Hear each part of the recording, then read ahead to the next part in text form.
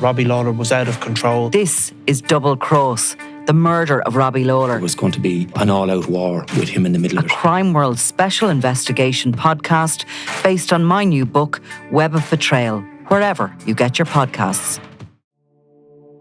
I went bloody white. Blood went down to my feet. We asked the reception for MTK. Told us he's on the 22nd floor. We went up and went in and asked for Daniel. Not under investigation, under a persecution, under a witch hunt.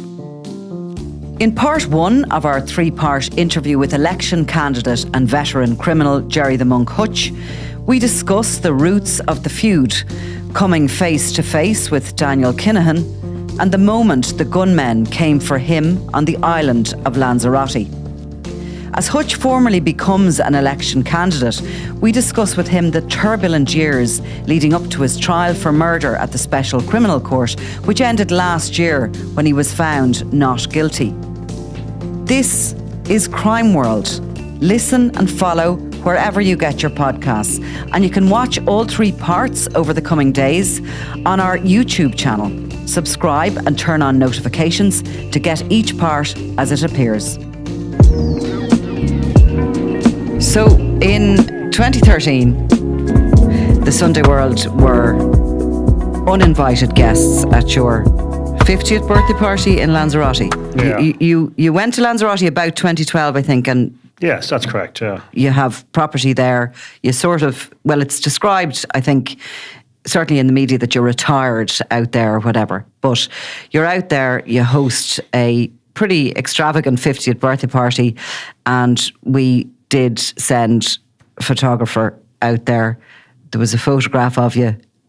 You had a few drinks, which sort of completely debunked the myth. No, but it was a good headline, Drunk as a Monk. It was a great headline. I hope you kept the front page. But anyway, there was a little bit of argy-bargy there. But that was your 50th, right? And whatever else it was a time for you of celebration. All your friends are there. You have made it, you're living a life that people could only dream of, in the sun and all the rest of it. And 10 years later, your 60th birthday, it's all gone wrong. Yeah. You're behind bars.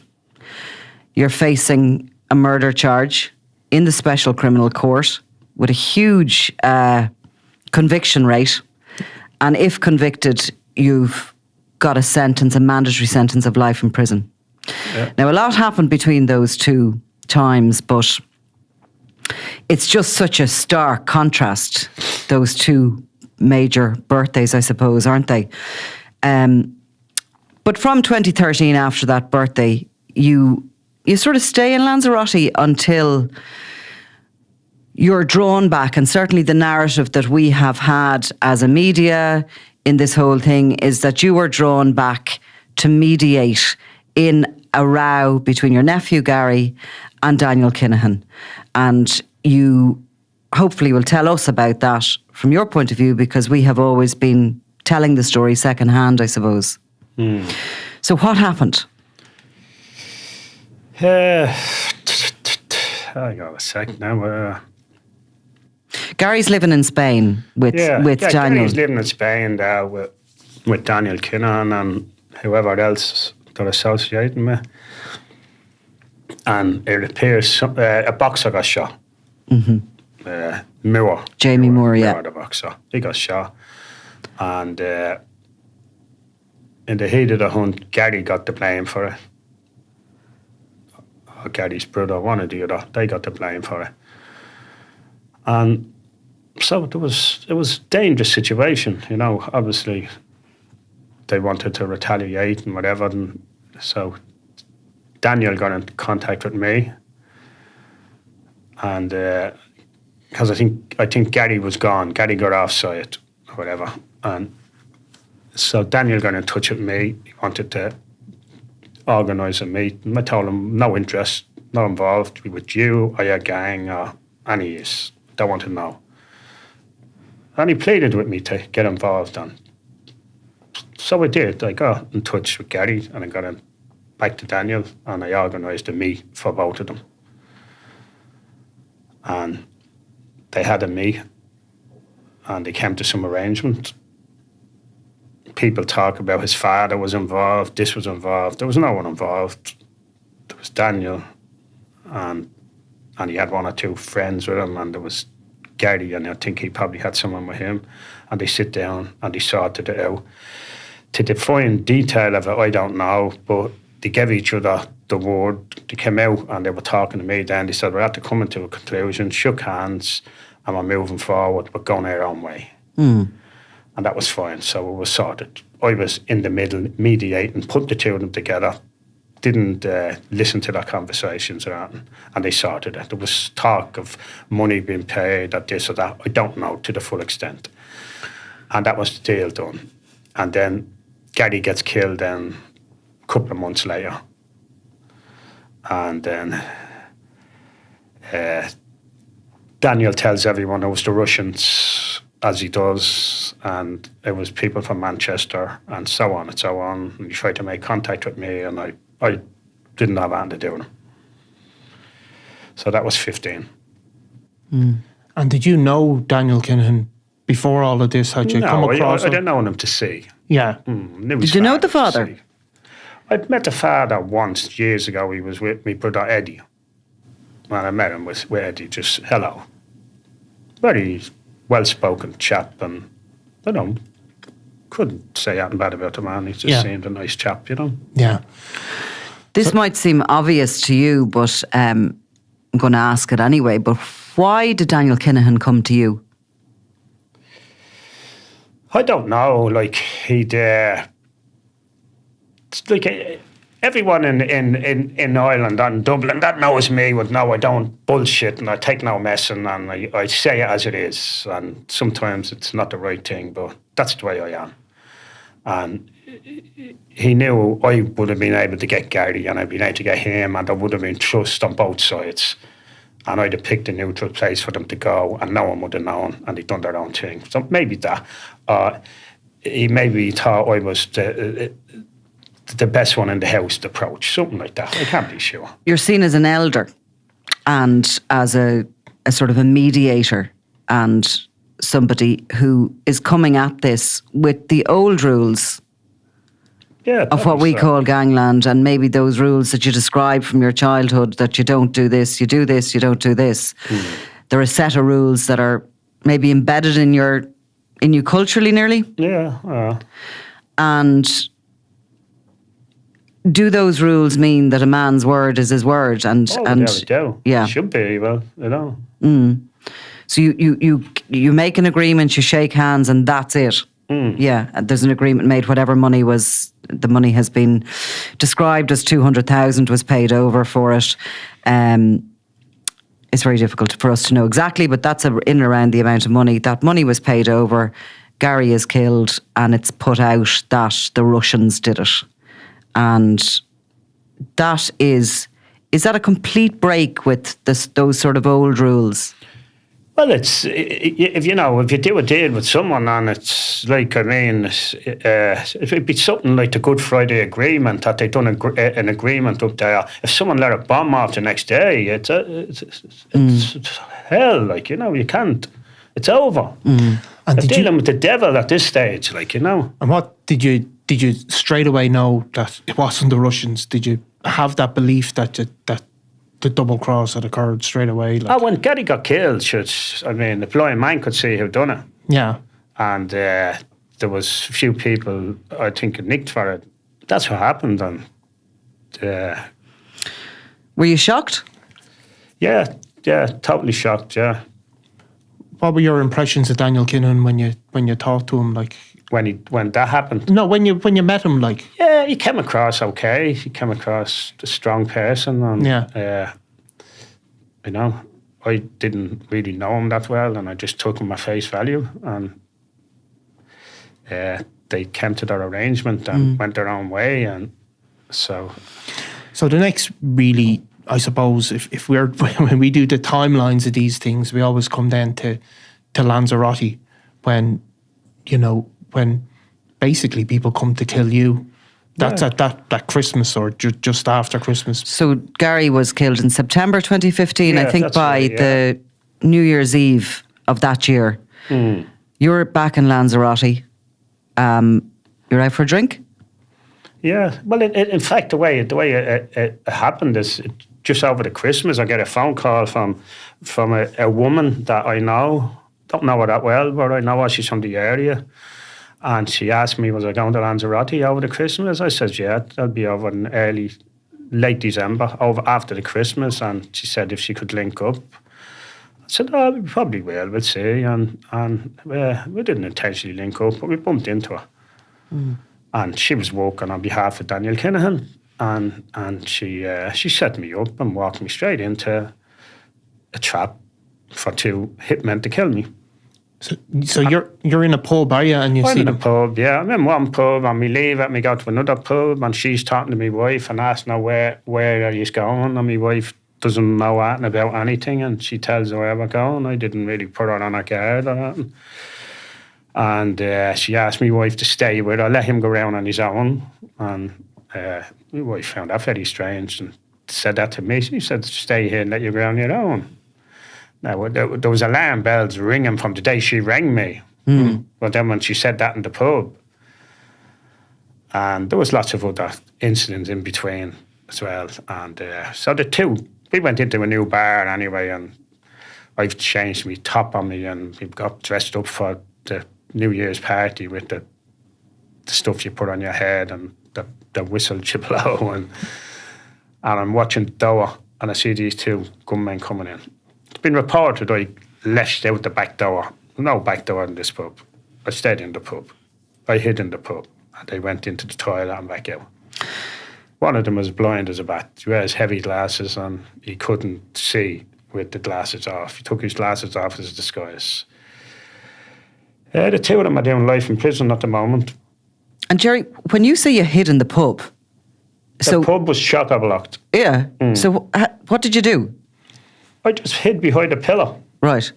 And you watched them Yeah. coming in, Passed by the pillar. looking for you. Yeah. And they went into the toilet and then they came back out. I was afraid there was someone standing outside as well, so I didn't want to walk out in case they had a gunman outside. So I let them walk past. I took a chance. But for them to do in the pub was very, to pull back your arm and try to give someone a dig and nearly hit someone. To pull a gun out of your pocket, you'd nearly be hitting someone. It was that packed, the pub, And you don't think they were spotting for you? You think they had guns with them? They were ready to kill you? They had masked up the head and baseball caps on them. They had two guns. Did you see them again? Did you recognise them? Did you? I didn't really recognise them. No, Yeah. I didn't know them at that stage. But then that happened that night, so we. I'm going to take it you went home after that. No, I stayed in the pub. Right. My wife said, "Get out of here." I said, "It's the safest pub in Lanzarote. They're after being here." And we stayed and had a few more beers and went home. Obviously, I had a few beers on me. I had probably a bit more courage. So the next day, about 4 o'clock, I'm in another bar and the same thing happens. I'm in a bar and just having a quick bottle with a friend of mine, and I leave the bar and I go across the road to another bar and I see this gunman coming in again. And he walked in he was going into the bar where I was. And it was like at an angle that I seen him.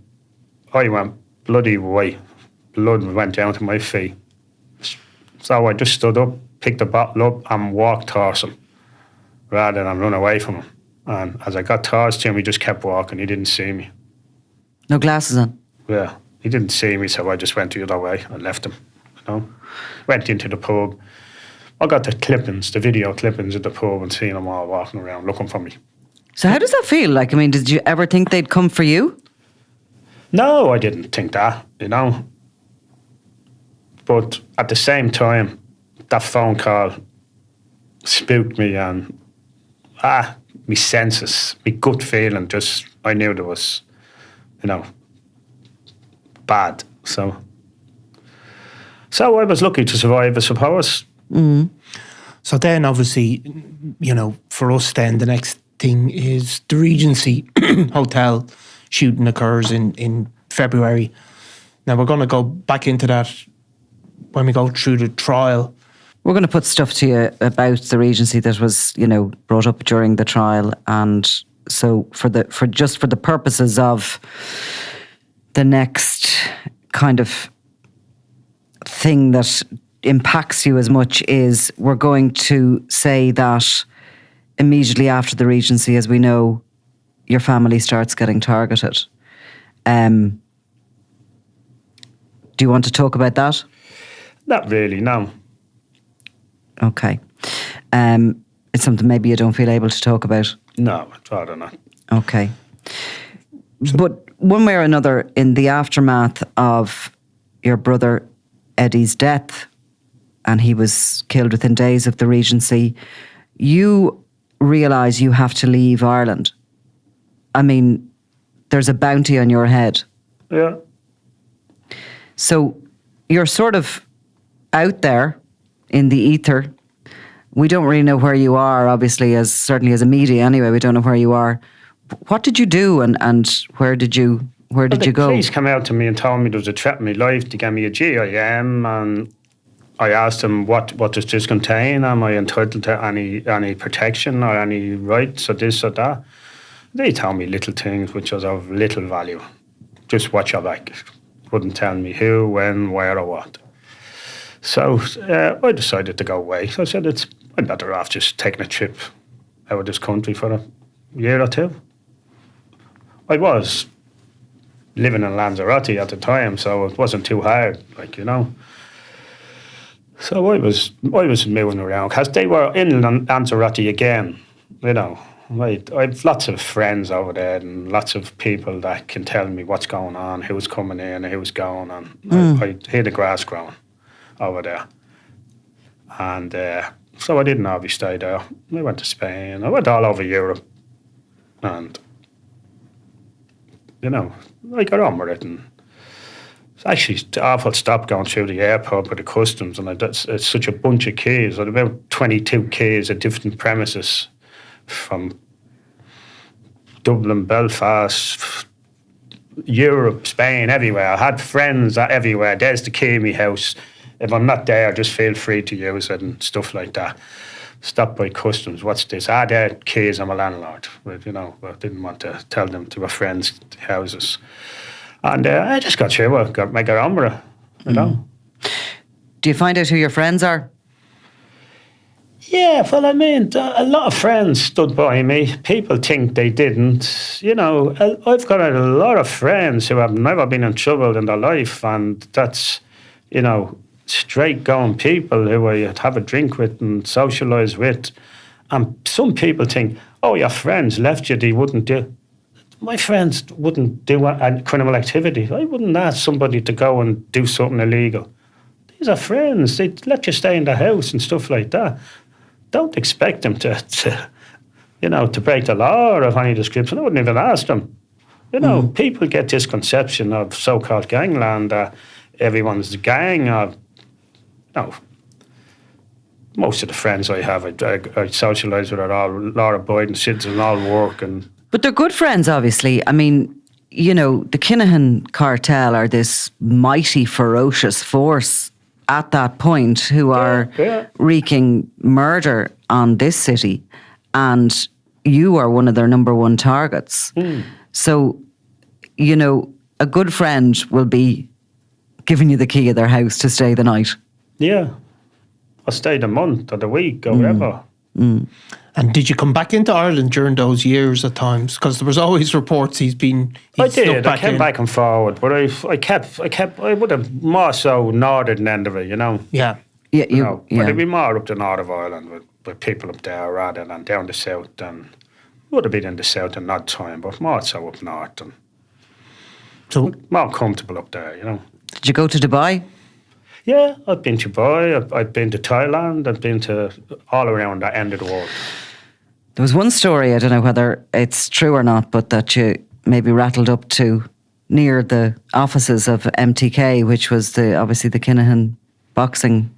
Yeah, I was in Dubai with a friend of mine, and we went into this big building, maybe 40-story, and we asked the reception for MTK.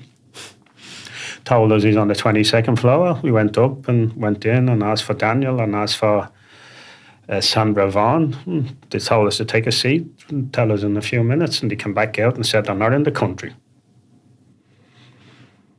But were you going to talk to him?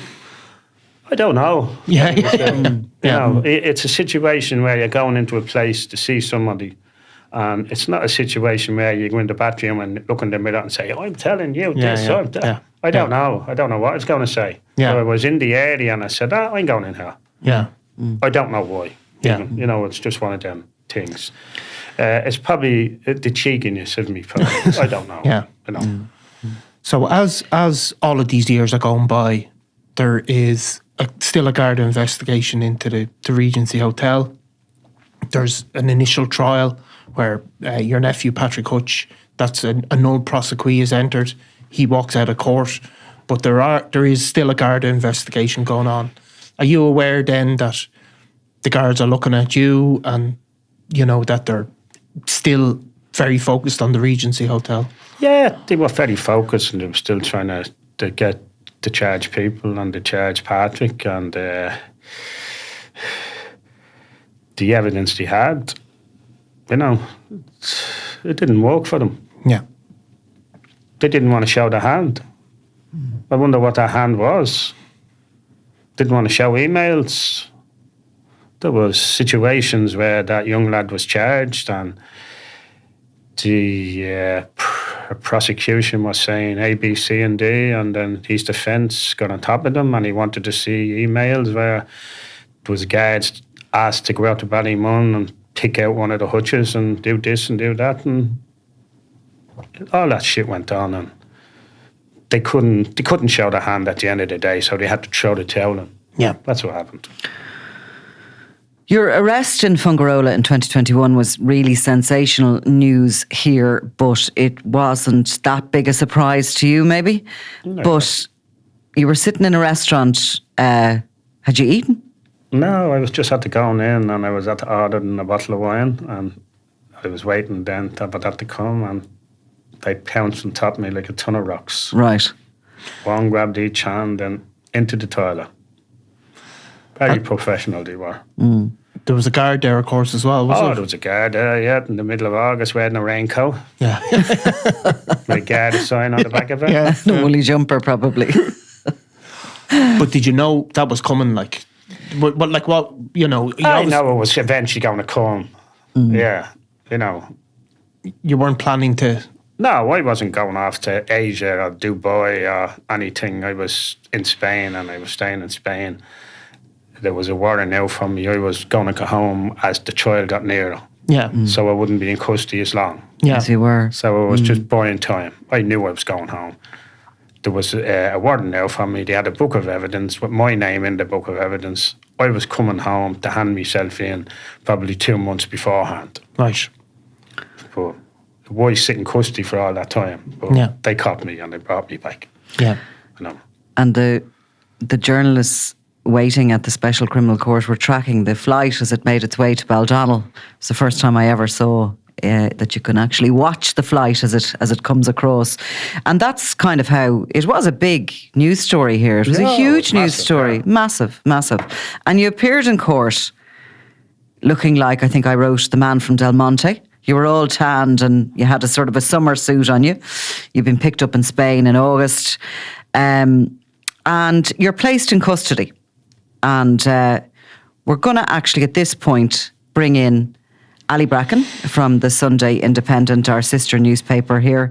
Ali Bracken has been covering the story of your sort of interest and now, attempts to go for the Dáil, but she was also at the Regency trial with us, covered every day of it as well. So, and she has some questions she's going to put to you, in particular about your political aspirations. Ali, welcome aboard. How's it going? How are you? Good. We're talking about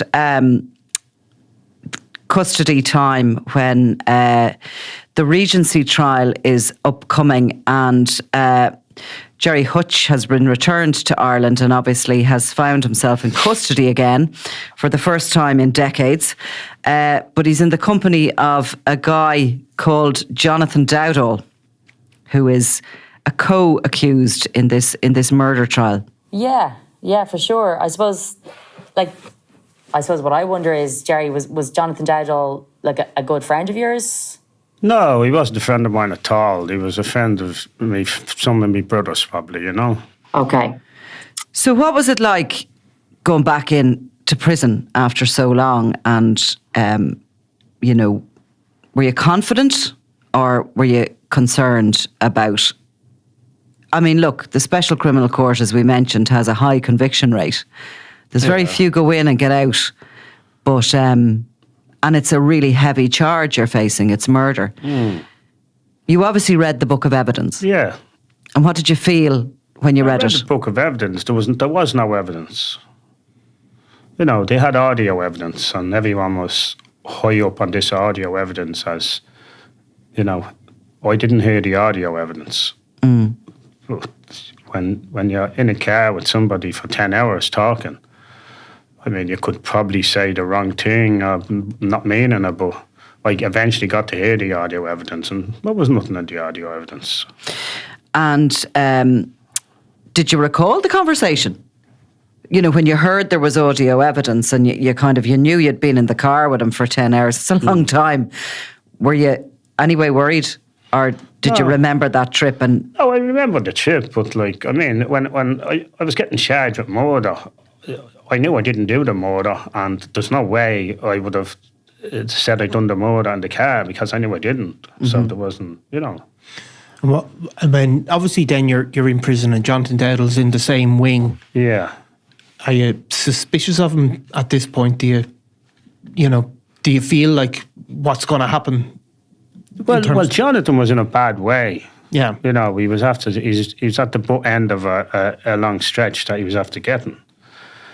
And he was on every type of drug he could get his hands on, and he was complaining about this and complaining about that, and he was finding it very difficult in there.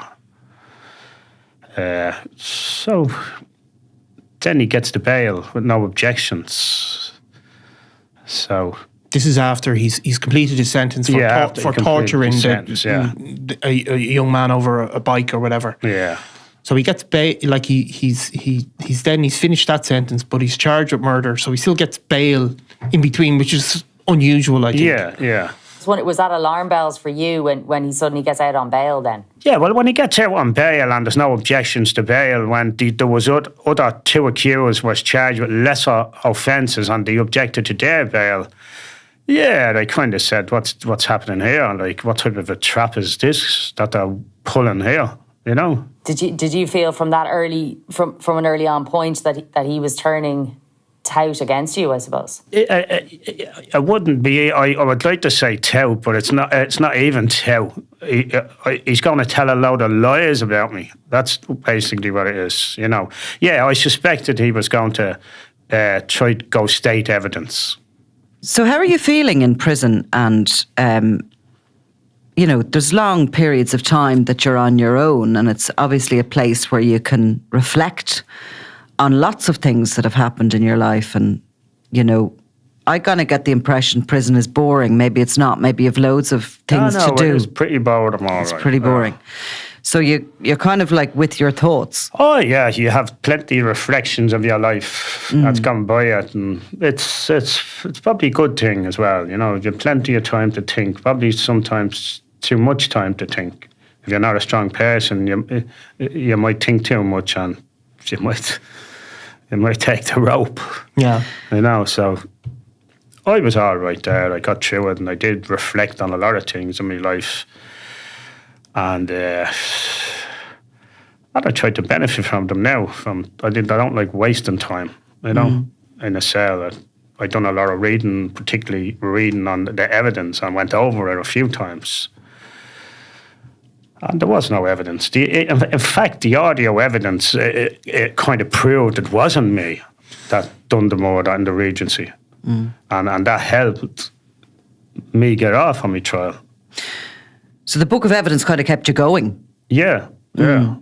Because you felt confident. There was no evidence in the Book of Evidence, like, I mean.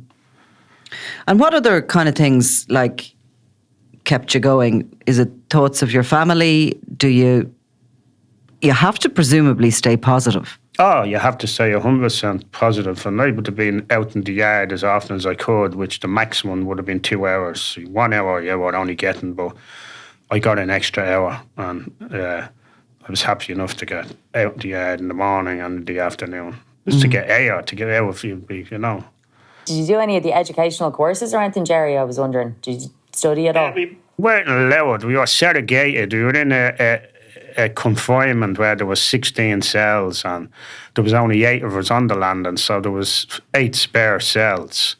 But it was kind of like people who were associated with us were put on that landing to kind of protect us and to protect the officers in case there's a row that no officer get injured and all stuff like that, which makes it much harder in prison, you know. So you didn't get to maybe avail of some of the things that maybe the normal prison population would, but then maybe there was other benefits, like you say. There wasn't. It's tough to be in a prison within a prison. Like, there's walk parties, you can go out and do garden parties, you can go to school, there's lots of things you can do, but we weren't allowed to do any of that. Did you have dark days when you can't always presumably stay positive in the face of that, you know, knowing what you're up against and what the outcome will be if it goes wrong for you? You must have... I kind of kept positive. You know, I had my legal team coming up to me and they were telling me things and this and that, and I was happy enough that if I got justice, I was walking out, you know. Did you have plenty of doubts that you wouldn't, or did you always feel that you were going to walk away from that murder charge?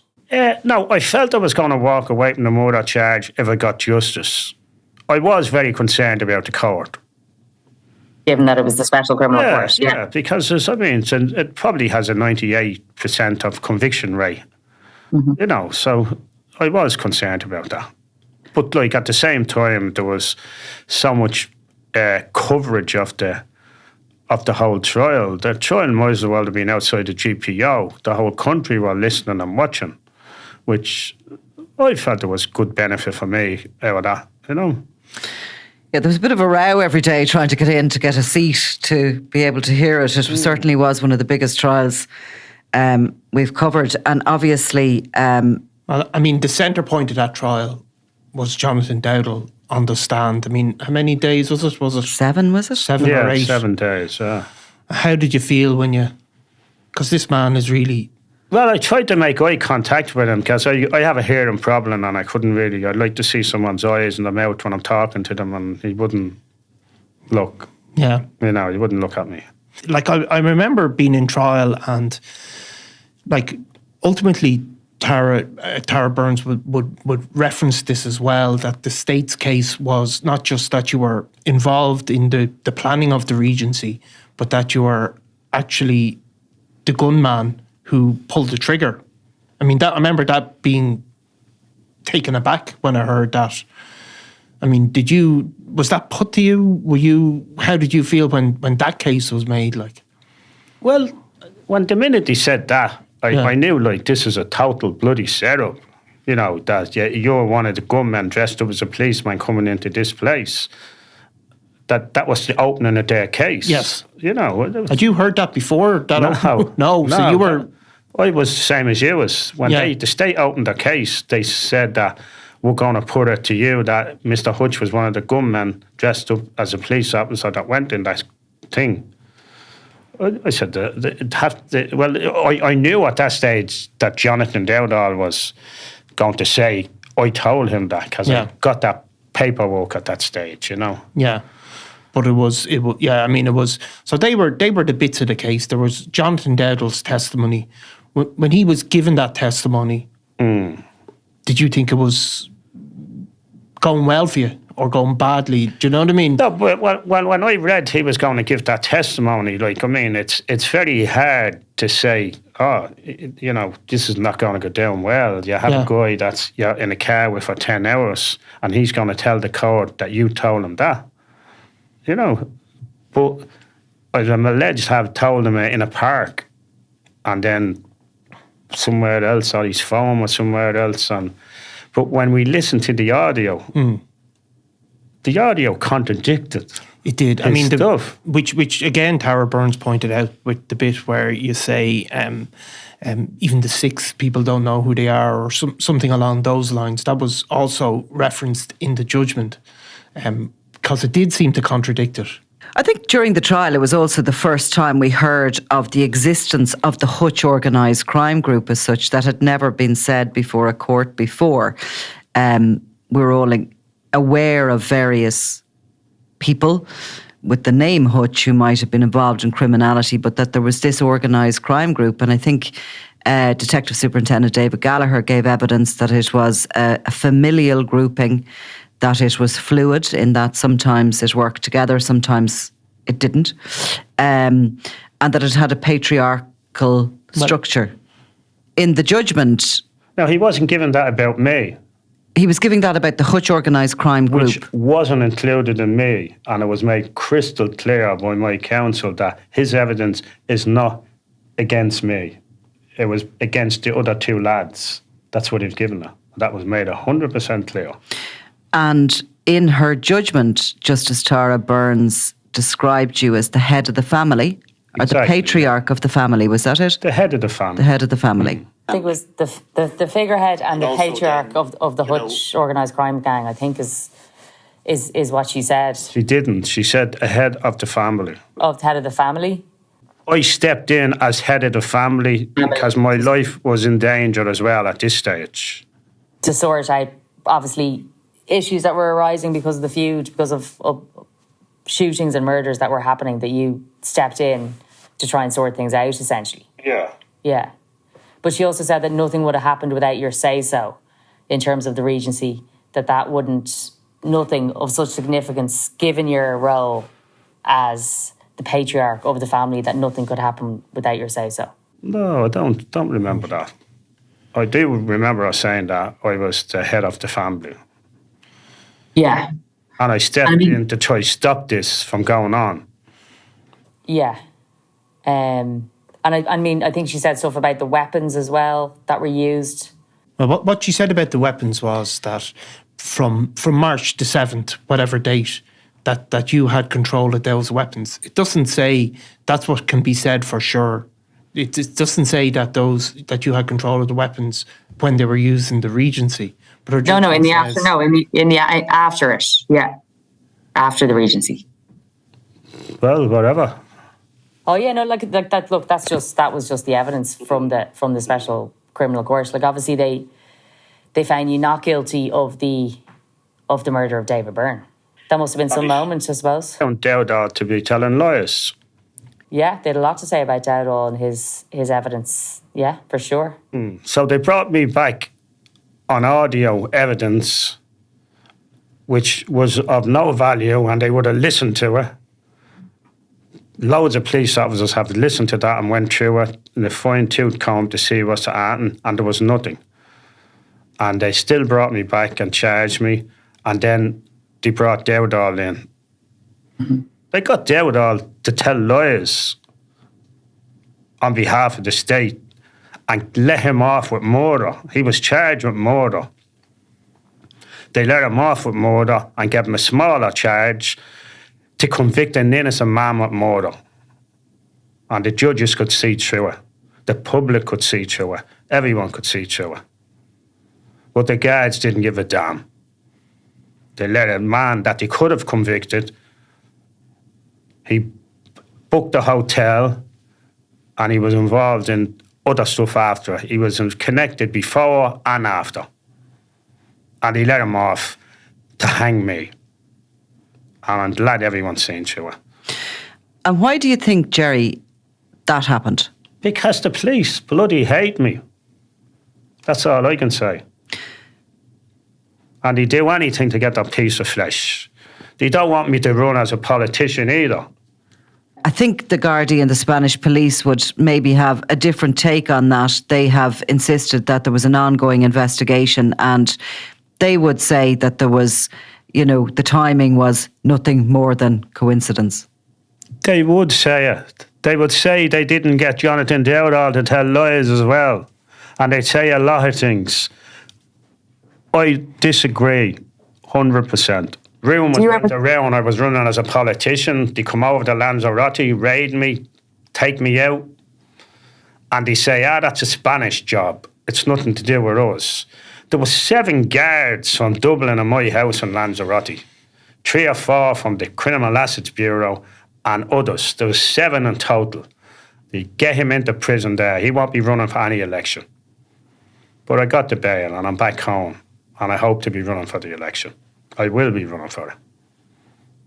And whatever happens, happens. If people vote for me, good. If they don't vote for me, so be it. I'll just continue on with my life. Hopefully. If the guards don't try and nick me again for something else.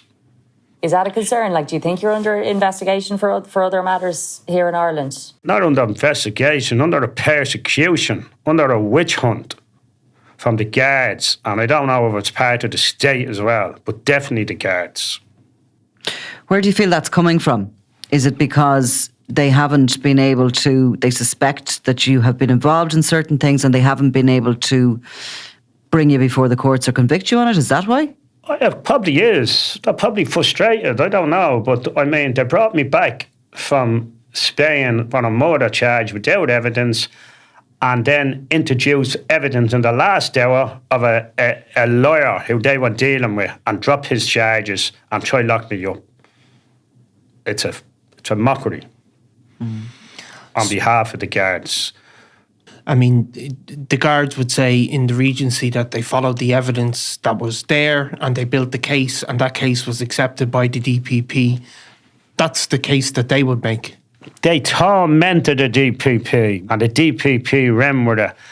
And the judge said in the court, I wonder where this case would have went if there was no Jonathan Dowdall here. There was no case. Yeah. That brings us really to, before we go forward, to what happened in Lanzarote and the election. But it brings us to that day of judgment. And I often thought about what it must have felt like to be lying in that prison that night before that judgment. And there is so much at stake. If you're found guilty, you're going away for life. You're going to be in that prison for life and probably for the rest of your life. Yeah. Given that you've turned 60 in prison, life is whatever.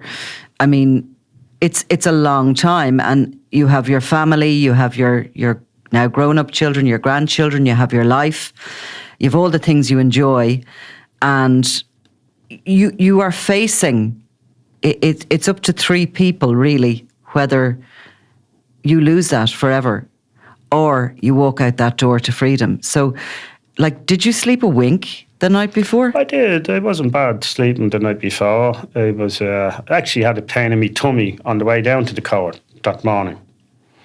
Sure you did. And other days I had, in fairness, but that morning I just got a pain in the tummy.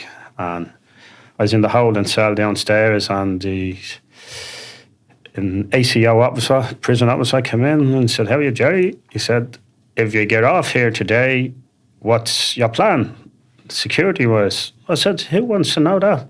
He said, "The guards outside, your escort." I said, "That's good news," I said. You hear that? They're planning that it's 50-50 now. Well, I said they're planning to bring me home now, Eddie. I said it's 50-50. The whole country knows it's 50-50, you know. I said, tell them I'll be making my own way home. I'll be getting the Lewis. I'll be walking out of the court, out the front door. And then you did, of course, walk out the front door. Yeah. And it was Sky News and BBC, not just Lower Yeah, news yourself. media and journalists like myself, ourselves, and yeah, myself, yeah. and of course Yeah. a bodyguard, an unexpected bodyguard. Kevin Costner came on the scene, yeah. But I mean, like, what do you do in that moment, though? You're standing there, you're waiting for that judgment. You must have to put your fate in something that's bigger than, like, do you believe in God? I believe in a higher spirit, suppose. I don't know if I believe in God. I probably don't know because I was probably forced to believe in God by the Catholic Church. But I do believe in a higher power. I'd have faith, and, you know, things do happen. Good things do happen as well. And did you put your faith in that higher power, whatever that is, or whoever has gone before you, or whoever it is that you sort of feel was looking out for you that day? Is I that did. Definitely.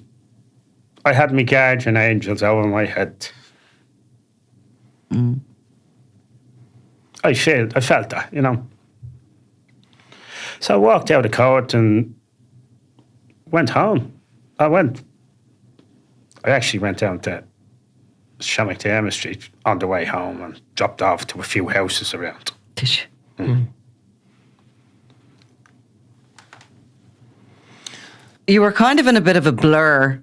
I remember speaking to you just briefly down in the round room there before you went out, and I remember just saying to you, there's a lot of people outside waiting for you. How are you getting home? And you just said, I'm just going out that door. I'm just walking out that front door. And out you came into a sea of photographers and journalists, and there was horns beeping, passers-by, you know, taxi drivers. There was quite an incredible thing to witness, to be there for, and to see the support that you got from whoever was passing by at that point, you know, people of the city, people of Dublin, and they were on your side. Yeah, and I appreciate that, and I enjoyed it, and I'd like to just say something there I meant to say at the start of this. I'd like to thank the people of Ireland, all over Ireland, for sending in postcards, PO cards, birthday cards, lighting candles, all that type of stuff. Very emotion, very, very emotion. And why do you think that people connected with that to you, like? I don't know, really, you know. Well, I know I'm not a bad person, and I'm an approachable person by anybody. Like, I remember opening some of them cards, you know, when you're in the cell on your own, and tears, Yeah. you know. Yeah. Really emotional and sad. No, very good. And is that inspiring this desire to become involved in politics, do you think? Well, I've always had a bit of politician in me there, you know, through over the years, mediating and with people, helping people and doing stuff like that. Being a politician for the last 40 years, really, you know. In that community? Yeah, in the community, not unofficial. Yeah. Unofficial politician.